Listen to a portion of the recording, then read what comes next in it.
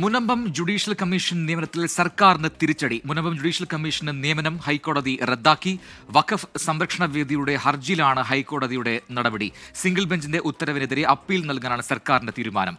പ്രതികരിക്കേണ്ടത് സർക്കാർ എന്നാണ് justice CN Ramachandran നായരുടെ പ്രതികരണം.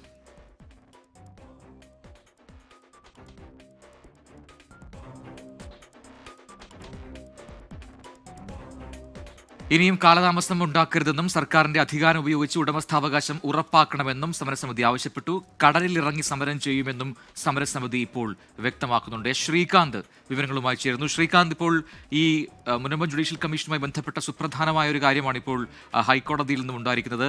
ആ നിയമനം റദ്ദാക്കുകയാണ്. അതിപ്പോൾ എന്താണ് അത്തരത്തിലൊരു ഉത്തരവിലേക്ക് ഹൈക്കോടതി എത്താനുള്ള സാഹചര്യം? ഒപ്പം തന്നെ സർക്കാരിന്റെ അടുത്ത നീക്കങ്ങൾ എന്താണ്? പ്രജൻ, ഏറ്റവും പ്രധാനപ്പെട്ട കാര്യം, മുനമ്പം ജുഡീഷ്യൽ കമ്മീഷന് നിയമസാധുതയില്ല എന്നുള്ള കോടതിയുടെ ഉത്തരവാണ്. കമ്മീഷന്റെ നിയമനം ഹൈക്കോടതി റദ്ദാക്കി. Justice CM Ramachandran Nair commission നിയമനം അസാധുവായിരിക്കുന്നു എന്നും കോടതി പറയുകയുണ്ടായി.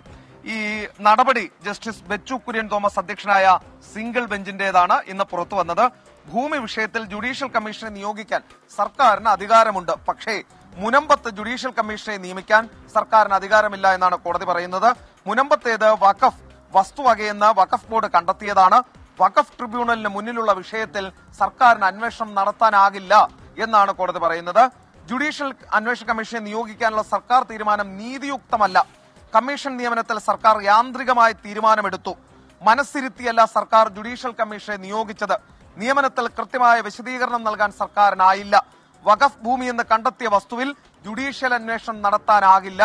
വഖഫ് ബോർഡ് തീരുമാനമോ വഖഫ് നിയമമോ സർക്കാർ പരിഗണിച്ചില്ല എന്നും കോടതി പറയുന്നു. ഇനിയിപ്പോൾ സർക്കാരിന് മുന്നിലുള്ള പോംവഴി ഡിവിഷൻ ബെഞ്ചിനെ സമീപിക്കുകയാണ്. അങ്ങനെ സമീപിക്കാൻ സർക്കാർ തീരുമാനിച്ചിട്ടുണ്ട്.